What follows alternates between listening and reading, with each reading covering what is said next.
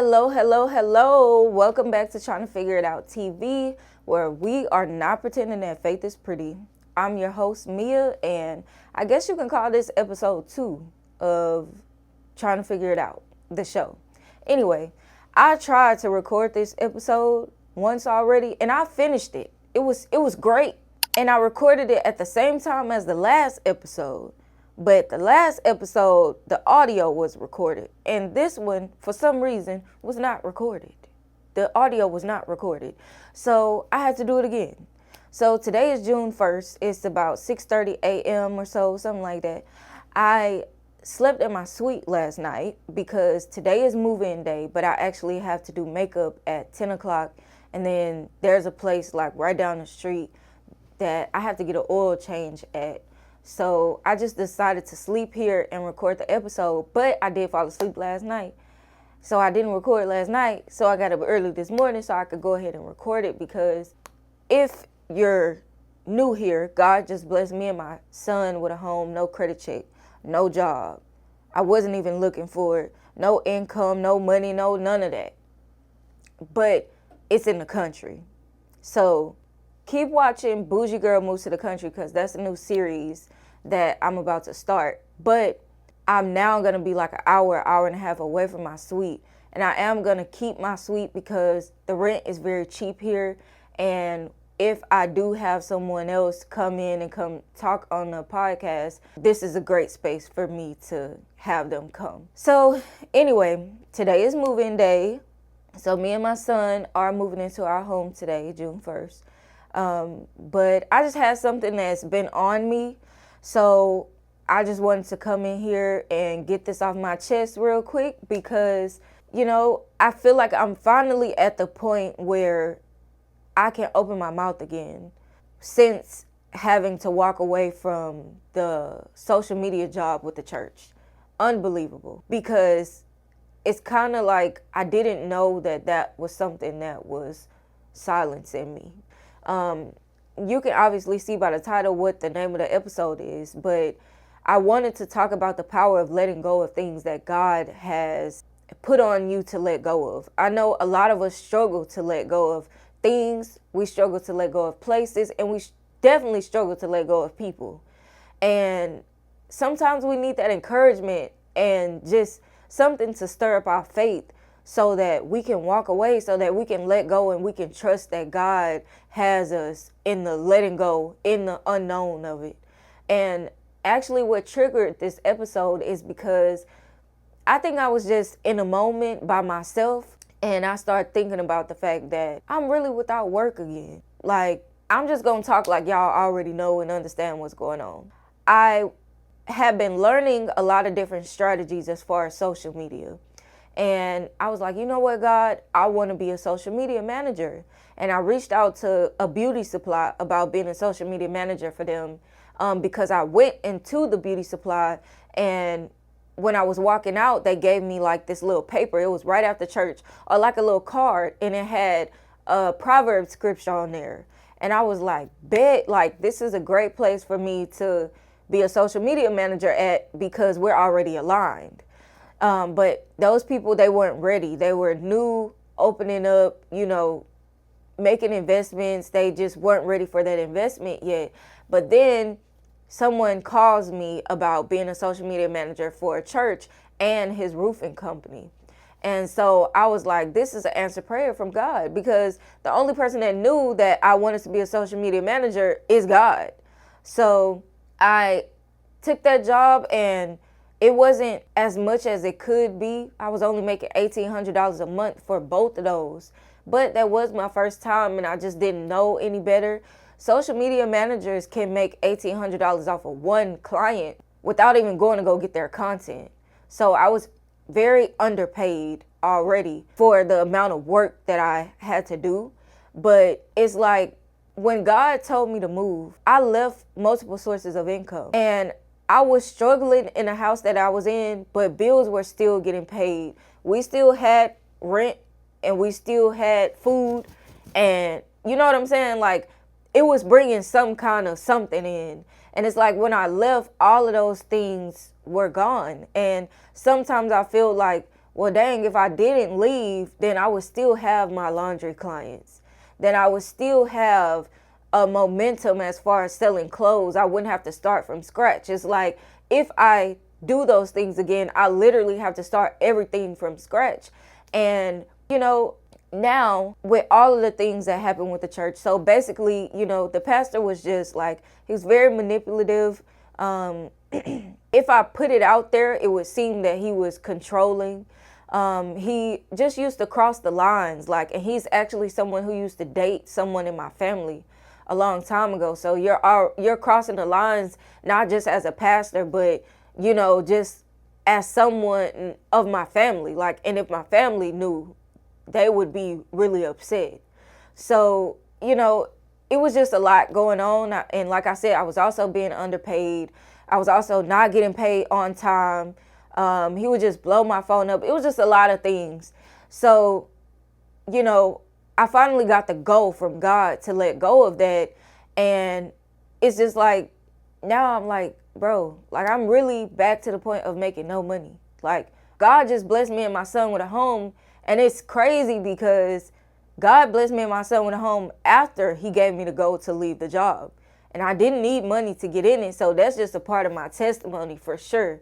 But in a moment of silence and me thinking to myself, I'm like, man, I'm really not making money again. Why does it feel like I continue to have to start from square one when I'm being obedient to God? Why does it continue to feel like I am ending up back at zero and I'm just doing what God told me to do? Why does it keep feeling like that? Why does it keep feeling like that? Because I would never in the past be without a job or without any kind of money coming in. You know what I'm saying? So that's what triggered this episode, because I still recognize my blessings in letting go. I still recognize God's hand in telling me to let go and then divinely orchestrating. You know what I'm saying? Letting go was just part of whatever he had for me. So I really just wanted to come on here and share some testimonies so that it can encourage someone else to let go of whatever it is that God is telling you to let go of, and trust that God has a plan for your life. That what he's telling you to let go of is just part of wherever it is that he's trying to take you. This part is just necessary. And he knows what's best for us. We don't know what's best for us. His ways are higher than our ways, and his thoughts are higher than our thoughts. And actually, while I'm over here quoting scripture, the scripture that really made me say, you know what, let me just go ahead and do this episode, is when God says, forget the former things. I'm doing a new thing. Do you not perceive it? And that's what made me, just kind of chill and just remember what God is doing in my life right now. And that is actually the scripture that confirmed to me to move when I did move. I talked about it a little bit briefly in the last episode that, I was watching YouTube videos trying to make sure I wasn't tripping when I heard God tell me to move. And people kept talking about Genesis 12:1, but that's not the one that made me say, okay, God is telling me to move. I actually never read it. But when I saw forget the former things, I'm doing a new thing, do you not perceive it? I just started crying because I knew that was confirmation that God was telling me to move in that scripture. And now this scripture is coming back to me in this moment to let me know that God is doing a new thing. Let go of it. So I just want to give 3 examples of things that I know that God was telling me to let go of, that either let go of me or that, just mentally I had to let go of. But also, I want to give those 3 examples to show you that God is faithful. I don't know if y'all have ever seen that one picture. It's basically like a hand holding on to a rope, and the rope is, I guess, maybe cutting off the circulation or digging deep into the skin. And it says sometimes it's more painful to hold on than it is to let go. So the hand is releasing the rope, but you can see where it was, hurting the skin from them trying to hold on to the rope. And I just believe that that's what we do as humans that want to hold on to what we think is best for us. Oftentimes we are hurting ourselves more because we keep trying to hold on to what God has already told us to let go of. And we keep trying to question, maybe I'm tripping. Maybe this is just a hard part of it. But we know deep down inside already that God is telling us to let go. So the first example of letting go that I have had to deal with recently is in the chapter 27 video. I talked about the man of God that I thought God sent. And I definitely believe that he was placed in my life for a reason, but not for the purpose of us being together. So as I stated in that video, we dated for 3.5 months. No kissing, no sleeping together, no laying in no beds together, no coming to your house, none of that. We was in the will of God in real life, okay? Like, I definitely feel like God was still in it, even though it wasn't meant for us to be together. Every person that comes in your life is not someone that you're meant to be with. And I accept that. So, as I stated, we dated for 3.5 months, but he walked away from me. He said in so many words that he didn't want to hurt me, and basically you could just tell that he wasn't ready. And what I got from that is that we were never aligned to begin with. Not that we weren't aligned by believing in Jesus. Not that we weren't aligned and we were unequally yoked in that matter. But we were not aligned as far as like, what is the reason for me dating right now? I'm dating because I'm dating for marriage. Not dating just to be dating. Not dating just to have someone to talk to. Not dating just to have a place filler or whatever you want to call it. Like, I have a direction that I'm trying to move towards, and I'm okay with you not being in that same direction, which I stated all of these things in the beginning, but somehow we still just weren't dating for the right reasons. So what I got from that is that we weren't aligned, right? But the thing is, of course, I was praying about him in the very beginning. Before we even went on our first date, I had already prayed about him. And when I started to see things look a little funny, I started to say, God, please give me clarity on this man. So once he walked away, I already knew that there was the clarity that I was asking for. Now, the thing is, I feel like I noticed a recent pattern of the last 3 men that were in my life walked away from me. And everything before that, like in the past, I was always quick with it. Like, you're not gonna play me. If I'm gonna block you. Like, it's so many people that can tell you, like, I blocked them like so fast, never said anything, just cut them off. I used to be quick with that. But somehow along the way, I started to convince myself that I needed to be gracious with people where I would overlook what I did see because I didn't know how to trust my discernment. So I would see things and I would hear things, and it would just be like, okay, maybe I'm tripping. Let me be gracious with you. Let me not cut you off quick, because God don't cut me off quick. And the thing is, I feel like the recent pattern of the men walking away from me happened because God knew that I was not going to walk away from them. Because of that mindset that I've somehow developed, that I need to be gracious and look over things, God knew that I was not going to walk away from those people, so he had them walk away from me. And I had to see that. I had to learn, from that you were not going to walk away. Even though you started to feel like it was something off, you weren't going to walk away. And now you realize after he walked away that y'all were not aligned, and you should have walked away when you first realized that y'all were not aligned. So I feel like I developed that mindset kind of from my mama in a way, because my mama never taught me how to date biblically. Like, I was never really taught anything about the Bible or really just having a true relationship with God. My mama grew up in the church, but we didn't grow up in the church. Her kids didn't grow up in the church.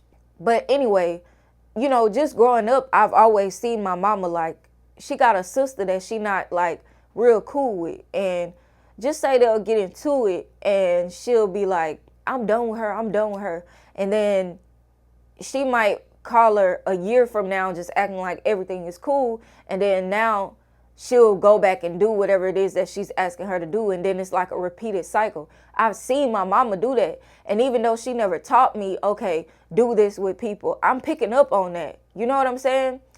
So that followed me in relationships. Not only that, When I was 5 years old, I was adopted by my dad. My mom is my real mom, but she married this man and he adopted me to give me his last name.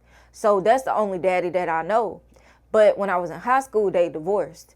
And I just remember her saying stuff like, I just want to know that I gave it all I can before I walk away.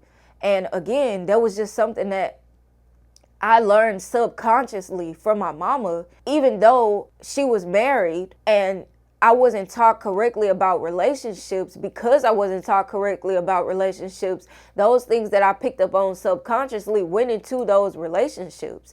And I felt like I had to just give it all I got in a relationship before I walk away, to the point where I was losing me in those relationships. So that's something that I feel like I had to learn. Now, when he first told me, that he didn't want to do it anymore for his reasons, I felt like it was a little difficult for me to accept at first, because I was like trying to tell myself, wait a minute now. Everything was going great. Where did this come from? But once he really cut me off, because I got blocked on Instagram, child. I got blocked. That was the first time I ever been blocked by a man. But once I accepted that, I asked God for clarity. I talked to God about blocking him. I blocked him, and then I said, you know what? I'm just let him watch me doing great without him. He comes back and blocks me. And that's what made me realize you were never gonna walk away. And that's why God let this man walk away. The Bible says that no man can open a door that God has shut. And no man can shut a door that God has opened. But the door is already shut. You can't open it anymore.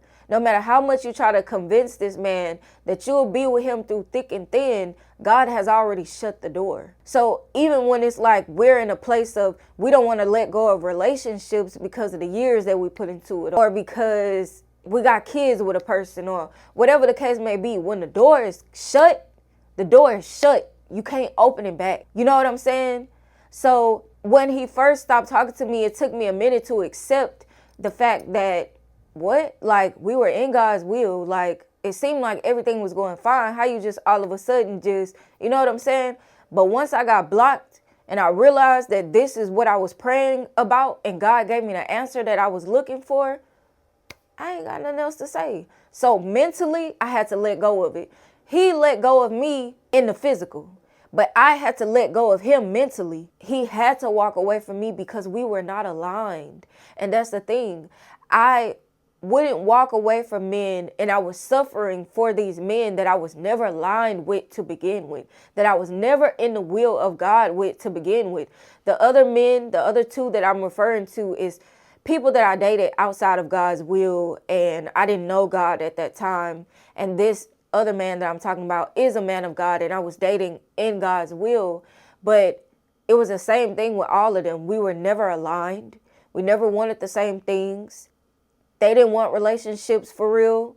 I did. This man, I don't know exactly what he wanted. I can't speak for him, but I know that I said in the very beginning, hey, I'm dating to marry. I know that I still got to go through a process of getting to know you to see if this going to work or not, but I'm dating to marry. I'm not dating just to be dating. And so when I let go of that mentally, I learned those things about myself, and I had to learn that you have to trust your discernment, and you have to walk away from things that don't align. God is telling you to walk away from what doesn't align because he knows what's best for you. This is not what happened in that, but you trying to convince yourself that a man not calling in and checking on you every day is something that you will deal with, is something that God is having you walk away from because you're settling for less than what you deserve. You're accepting the bare minimum just to have someone. That's not something that God will tell you to do. You know already that you're not really happy with everything that's going on with it, but because you want something so bad, you're willing to deal with it when God has something better for you that better aligns with you.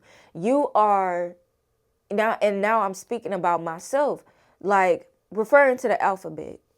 If I'm at F and this man is at A, I don't believe that God is gonna make you wait for this man to catch up with you.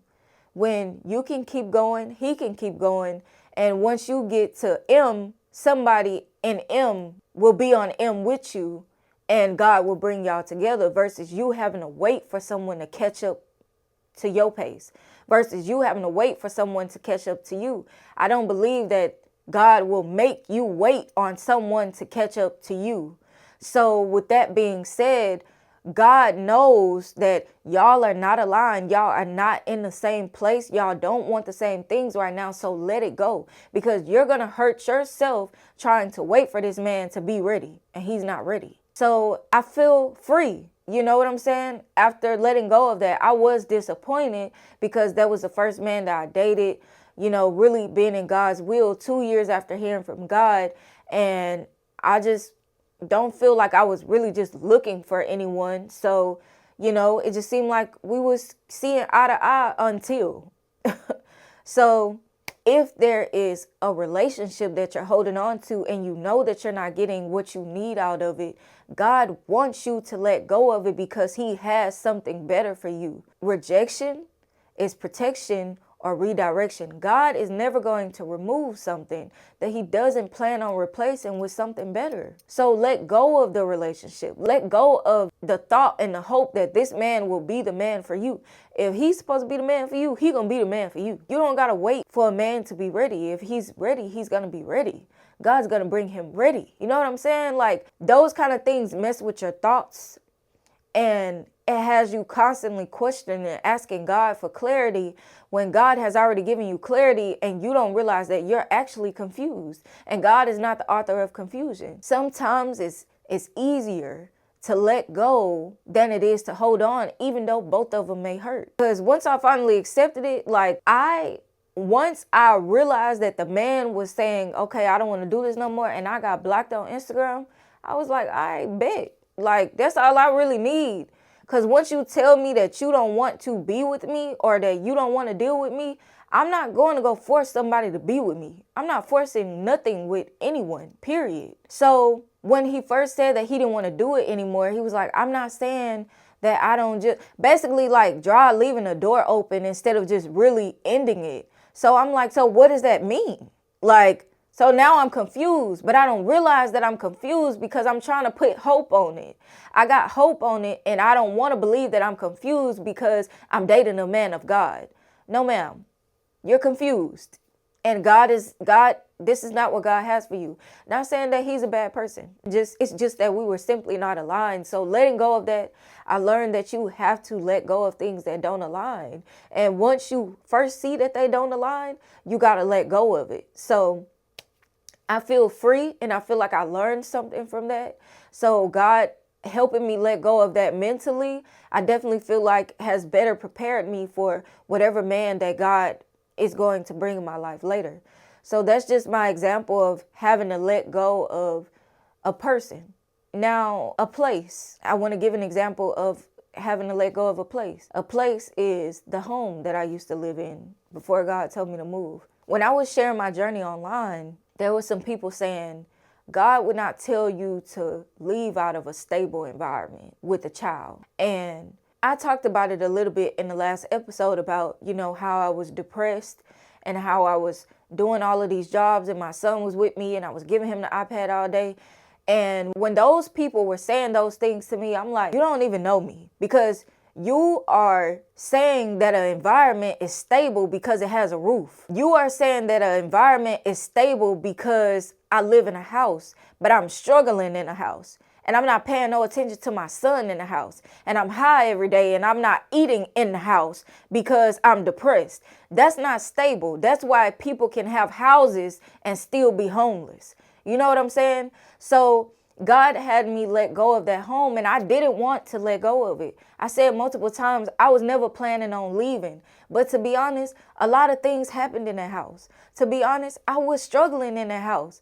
To be honest, I was using that house as a place to hide from my family, from people. Because I was so far away, I'm like, nobody's gonna mess with me. Like, I can just sit in the house and just cry by myself and I don't have to worry about anyone. It was time to let go of it. But God did that. God had me walk away from it in a strategic way. I didn't want to let go of it. especially after being homeless. It was like, dang, I could have just stayed where I was at. Like the Israelites saying, I could have just stayed in Egypt. We was eating there. Now we need you to speak to the rock to bring the water out. But if we was still in Egypt, we would still be drinking the water. So just being real, when I was homeless, I started to feel that way. Like, dang, like Egypt was better than this. Like, and that's why it was so crazy. Like, reading the Bible and seeing that I was literally going through the same thing that was in the Bible. Like, it was crazy. But anyway, so I started to feel that way. Like, Egypt was better than this. Like, at least I had somewhere to go. Like, just like the people said, a stable environment. Like, at least I had somewhere to lay my head. Even though I was struggling, at least I had somewhere to lay my head. Even though I was depressed, at least I had somewhere to lay my head. That's how I felt. So even though I believe in my heart and, just all of the fruit that it produced, that God was the one who told me to move from that home. So I feel like he gave me the power to be obedient, especially because I fasted and continued to get confirmation after confirmation. Even without the YouTube videos that I watched, I was getting confirmation in my face. So with that being said, I didn't want to leave the home that God told me to leave from. But another thing I say, like, just to be real, I didn't get that home when I was purified. I got that home with dirty money. So it was already not built on a firm foundation, which makes it make sense that it came to an end. You know what I'm saying? Like, God don't care what looks stable. If it ain't built on a firm foundation, he gonna knock it down. You know what I'm saying? So now for the people who have watched my journey, it's like, you literally just watched me go through 2 years of uncertainty for God to bless me and my son with another home. And it's worth it. It's worth letting go of what God has asked you to let go of, because rejection is protection or redirection. God is never taking something away without replacing it with something better. That doesn't mean that God is going to tell you to walk away from it and you walk away from it today and God is going to give you a new home today. No, that's not what that means. But it does put you in a place where you have to trust God and you have to be dependent on God and not yourself and not whoever is around you, and God will replace it. Whatever it is that he's asking you to let go of. That is a testimony. I thought that when I first left that God was going to bless me and my son with a home. It happened definitely in a way where God took me through a process. You know what I'm saying? But it still happened. God gave me something better. I was in a 3-bedroom house with a garage. My tiny home is probably half the size of the home that I was in, or a little bit smaller than that. But I'm going to have peace in this home. It's not just going to be that I'm just going there to try to run away from everyone and stay away from everyone. Like, it's literally going to be built on a firm foundation. Like, that's more than I could ever ask for. There are so many things that, we ask for. We want things.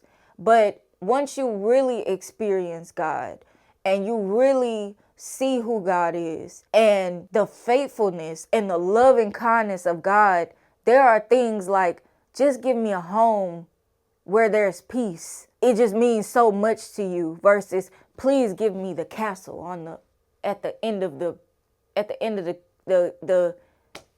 what am I trying to say? I don't even know what I'm trying to say. But it's better than give me a tiny home where there's peace in it versus giving me the castle or the mansion. I don't even want that because there's no peace in it. You know what I'm saying? So it's worth letting go of the things that God has told you to let go of. So if God is asking you to let go of the home, let go of the home. Whatever the thing is that he's trying to get you to let go of, let it go. And trust God. He's not going to take anything away without replacing it. Period. Period. Period. Period. So one more example is the job. Having to let go of the job. When I first started working for the church, I was so excited because I just recently heard from God. You know what I'm saying? I moved when God told me to move. God has given me this platform And, I'm talking about God, and now I'm going to the church and I don't have to do work outside of my purpose, is how I was feeling. You know what I'm saying? But as time went on, it started affecting me to the point where I wouldn't open my mouth. It started affecting me to the point where the man would call my phone, and as soon as he called my phone, my whole mood would change for the whole day. It was affecting me to the point where I felt like I had clarity with my own content, but I didn't. It was affecting me to the point where I stopped podcasting. It was affecting me. It was affecting me. And even though I tried to address my boundaries, even though I tried to not answer the phone, even though I tried to be strategic in ways of like, I remember one time the pastor asked me, I had the camera for the church, right? So I'm just tell y'all this story. I had the camera for the church because I was trying to change the settings on it. So I texted him one day and said, hey, I'm going to the content studio tomorrow. Can I bring you the camera on the way there tomorrow? He was like, can you bring it tonight? I knew he was going to say, can you bring it tonight? I knew it because he had already been crossing those lines. So me being me, I'm like, I'm going to try to be strategic and just meet up with him in a public place, right? I said, I can meet you at Willowbrook Mall. I'm trying to be smart. I say, I'm going to meet you at Willowbrook Mall. He goes to one of the restaurants on the outskirts of the mall and say, I'm here. He sends me his location and say, I'm here at the bar. The pastor, he says, I'm here at the bar. So he's trying to get me to come sit down with him and eat and talk to him. But that happens so often to where I stopped meeting up with him because you always want me to sit down and talk to you for hours and you're not talking about nothing. I work for you, but you ain't talking about work. And it's not that he was sitting there talking about like bad stuff, but you ain't talking about work. You just want me like in your presence. Like you just want me right here with you. So I stopped meeting up with him. I tried to be strategic in those ways. You know what I'm saying? Like I tried to be strategic. I tried to say, hey, if I don't answer the phone, just text me. I tried to say, hey, if I don't answer the phone, just send me a voicemail instead of calling me back to back to back all day. I tried to do those things and that didn't work. And it was really affecting me mentally. And it's so funny because I went to church last weekend and the pastor said, y'all cry about God closing doors when you don't know that God closed the door for you to keep your mind. And I was like, I know that was for me. Because when that door closed, when God said go, I'm back podcasting. When God said go, let me tell you something. When God said go, I haven't made any money from Facebook in months. When God said go, I finally started seeing my earnings on Facebook go up. You only get paid once a month from Facebook, and you can hit 1 million views on Facebook, and it definitely doesn't seem like it's worth it, right? But within 1 week of me leaving the church, suddenly I have videos going viral again. Not saying that virality means that you are in the will of God, but I'm just saying it's funny how I let go of something and I wasn't seeing results in my life. And when I let go of it, then it's like where I felt like I was stagnant at, I'm no longer feeling stagnant. So let me tell you, I'm going to tell you first what happened letting go of the job. And then I'm going to tell you how that even came about. So when I let go of the job, within the first week, I was a little bit in a battle because I didn't really want to talk a lot about, abuse in the church or whatever you want to call it. I didn't really want to talk about it because I didn't want to seem like I was bashing the church, being a woman of God online. So I talked about the things that I learned in a video talking about boundaries and all of those things like that. And I briefly added in it that I had to walk away from the church because the pastor continuously crossed lines and was manipulative. That's all I said. Within that week, after posting that video, within that week, I made $116 on Facebook. I haven't been making no money on Facebook. And granted, I haven't gotten paid for it yet, but I haven't gotten paid it yet because you only get paid once a month. But it's just crazy how I let go of that. And now suddenly I'm making money online again. Not only that, and I'm going to just be real. I'm going to just put y'all in my business for real. I let go of the job the week before my birthday. And I had outfits together for my birthday. This was one of the dresses. So I was strategic because I've been learning things about social media. So I was strategic in the videos that I posted. And I'm like, hey, if you want the links, I'll send you the links. When you send out the links and people use your links, you make commission off of it. So then I saw that I made like $40 in commission off Amazon. I haven't had, the last Amazon check I had was $7. It was $7. But I leave the church. Now videos are going viral. Now I'm making money on Facebook and Amazon again. No matter how big or small, I was not making nothing on it while I was working for that church. Then, literally, a week or two after leaving the church, someone reaches out to me and says, hey, we want you to be on this panel in June, at the end of June. I'm already supposed to be going back to speak in Ohio for the second time this year in June. But also, somebody else asked me to come be on the panel in Houston in June. So now, making money online again, videos going viral again. I get asked to come speak somewhere. And then, not even a month later, God blessed me and my son with a home that I did not have to apply for. I did not have to apply for it. I didn't need no credit. I didn't need no money. Rent is free for 3 months. I have to worry about lights and stuff like that, but that's not going to be much. But I wasn't even looking for a home. I had to let go of what God was telling me to let go of for me to make room for what he was trying to give me. Not only that, I'm back podcasting. I actually feel like I can speak with confidence. It's like it was tearing down my confidence or something. I don't even know. It's like I didn't even really have anything to say. Like, he asked me to do the encouragement at the church a couple of times. And I did it one time, but like the next couple of times he asked me, it was like I didn't have the words to go up there and encourage the church. So after letting go of what God has told me to let go of, he has blessed me in multiple ways. And it doesn't mean that you should say, okay, I'm going to let go of something so that God can bless me.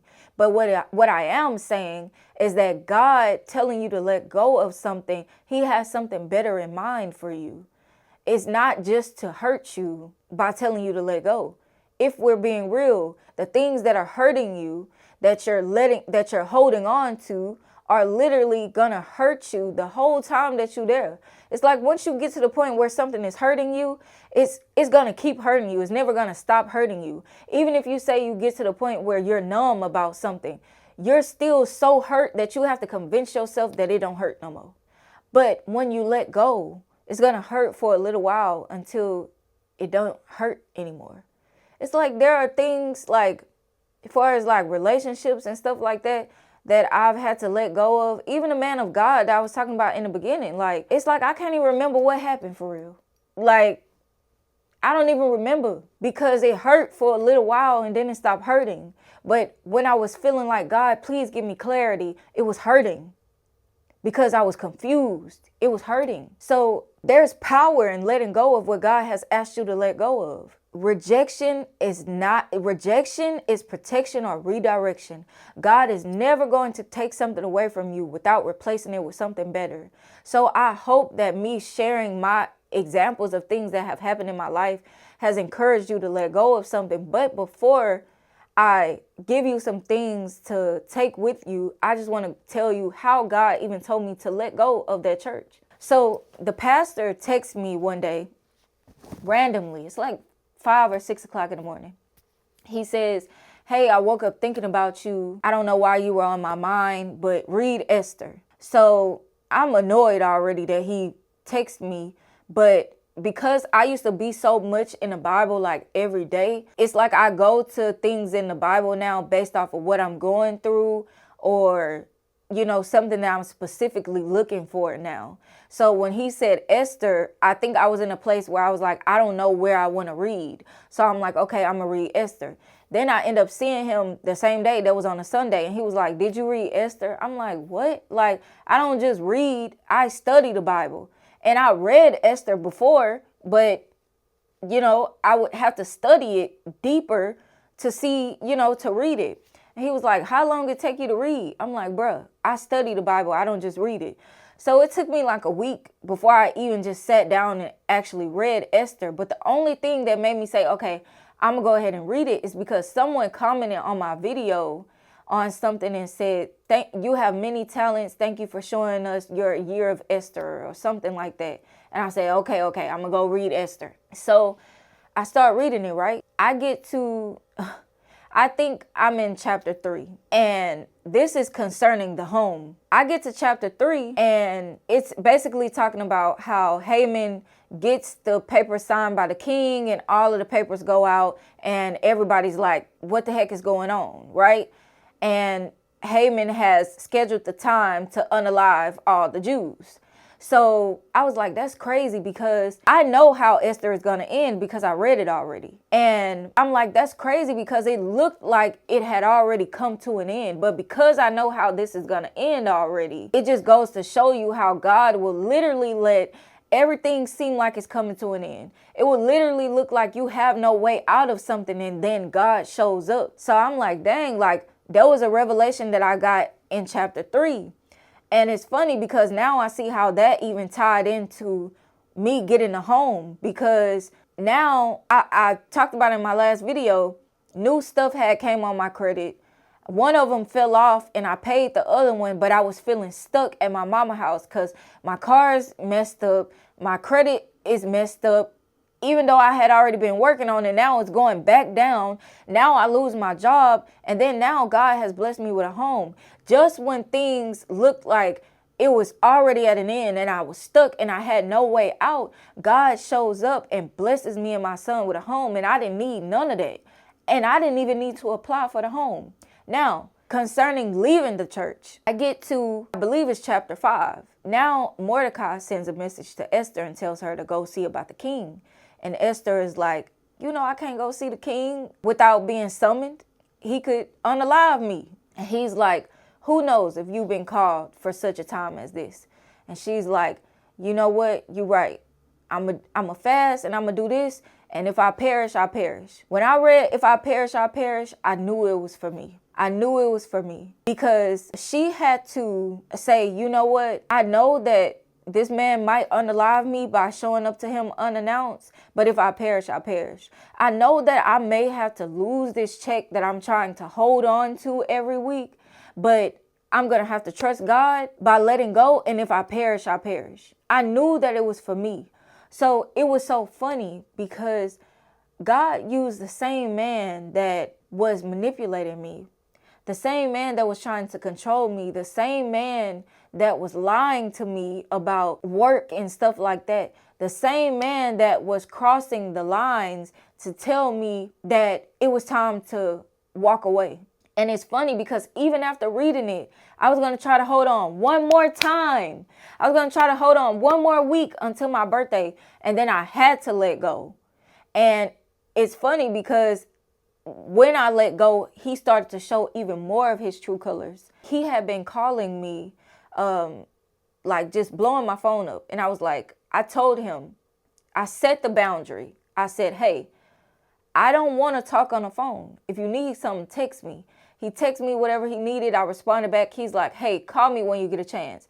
I just told you that I don't want to talk on the phone. So then he goes to say, I don't know what I've done to you. And I'm not saying exactly the way he said it, but he's like, I don't know what I've done to you, and I don't know what happened for you to not want to talk on the phone, but I'm praying for you and all your endeavors. Okay, cool. I already said I don't want to talk on the phone. So he calls me again a few days later. How many times I got to tell you I don't want to talk on the phone? The last time I talked to you on the phone, you was asking me if I was going to go out of town with you. For what? I'm not answering the phone for you, Pastor. So he called me. He never told me what he wanted. He never left a voicemail. He used to, if I didn't answer one phone, he would call the other phone. Never leave a voicemail, never leave a text message. So then when I got to church, he was like, hey, are you coming to the 1:30 service? I was like, no. I told you already, I get paid to come for 10 to 11 o'clock. That's the time that I'm coming. He was like, that's what I was calling you for. I was trying to tell you that you didn't have to come to the 10 o'clock. I wanted you to come to the 1 o'clock. I never agreed to come to the 1 o'clock service. You never texted me and said, can you come to the 1 o'clock service instead of the 10 o'clock service? I'm not coming back. I don't get paid for that. You're already underpaying me and overworking me. I'm not coming back to that. So he's sending me all these text messages saying you knew about this event and yada, yada, yada. I never agreed to come to that. So, it's getting heated. And I said, you know what? You have continued to cross my boundaries. You have continued to be inappropriate. You asked me to go out of town with you, yada, yada, yada. Now I'm texting it. I'm sending it in text message. When he responds, he doesn't respond to anything that I said. He's responding to whatever he wants to respond to. He's not even responding to the things that I clearly stated in the text message. And so he was like, I overstepped your boundaries. I was inappropriate, ? Like, questioning me. So I was like, you know what? As a result, I'm going to end my contract with the church and the roofing company. So it was like God used him to tell me to leave because I was worried about the money. I tried to hold on just a little bit longer, but I had prayed after I read the "If I perish, I perish." I said, God, give me the spirit like Esther. Give me the courage like Esther. I know you telling me to walk away from this, but help me to walk away from it. And even though it looked like I wasn't going to walk away from it, I still ended up walking away from it. And then I usually get paid at 11 o'clock. And then it was like 4 o'clock. I think I hadn't got paid yet. I said, this was my second time asking him, please send me my payment. I said, please send me my payment or I'm going to go through Texas Workforce Commissions. And he was like, first of all, I don't do well with threats. You're pushing it. And it was like, this was like revealing even more of who this pastor is. You know what I'm saying? And so he ended up sending me my check and I let it go. But I had to let go, man. I had to let go of what God was telling me to let go of. And all of these things has followed since I let go of that. I had to let go of that check. And I feel like God has me in a place right now where he's telling me to focus on posting this story again, giving him his glory and getting in his house and settling like as a resting place. And then maybe something else will happen. But I had to let go. So I just want to give you a couple of things to take from this. Number one, rejection is protection or redirection. If God is telling you to let go of something, I'm telling you, he's either trying to protect you from what you don't see or what you don't want to accept that you're seeing, or he's trying to redirect you. Maybe it's not bad for you, but maybe he has something better for you, which is why he's trying to redirect you. Number two, God says, I'm doing a new thing. Do you not perceive it? Forget the former things. I'm doing a new thing. That's number two. In Ecclesiastes 3, it talks about different seasons. There's a time to plant. There's a time to uproot. There's all these different seasons. God is not expecting you to stay in the same season forever. So sometimes letting go of things is literally just the beginning of a new season that God has for you. And no matter how much you try to hold on to something, no matter how much you try to stay in the same season, you're going to always end up in a new season because it's already written. It's already written. It's going to always be a new season. And sometimes to get to that new season, you have to let go or you're going to end up stagnant and in that same place. My life literally began to start moving forward again after letting go of the church job. And number three, God is never going to take something away from you without replacing it with something better. You may have to wait for God to replace it with something better, but he's always going to replace it with something better.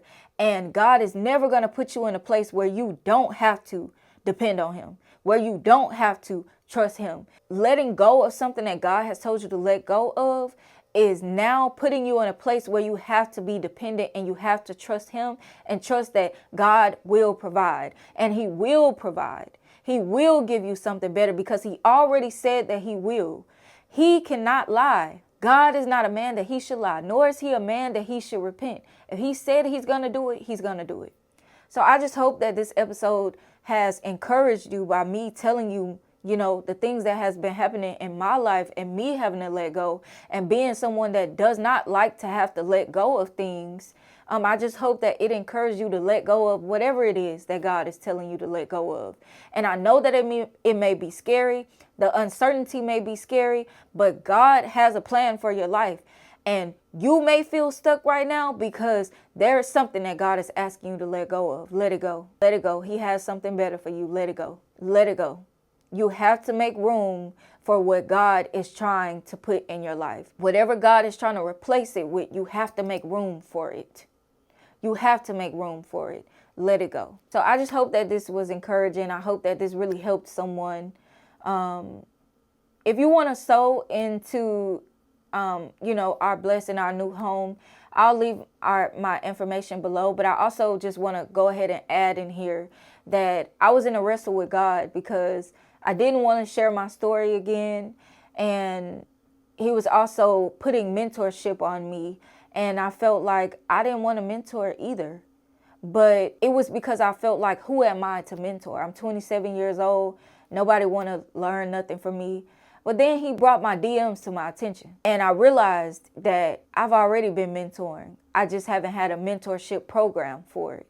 So with that being said, I'm getting ready to launch a new one-on-one mentorship. I will have a full mentorship, and I'll also have a budget-friendly mentorship. But it's going to be one-on-one mentorship. And I'll be doing Bible studies. I'll be doing video calls. I'll be doing voice messages. For the full program, you'll get free digital products. And as time goes on, and I have mentees, we'll be able to do things together, even if it's just we're all in different states and just doing video calls. So if you're interested in that, also let me know. And besides that, I'll see y'all on the next episode. If y'all have any episode requests or have any questions just about my life or about faith, period, I am definitely open to answering them. So I'll see y'all next time on the next episode. Bye, y'all.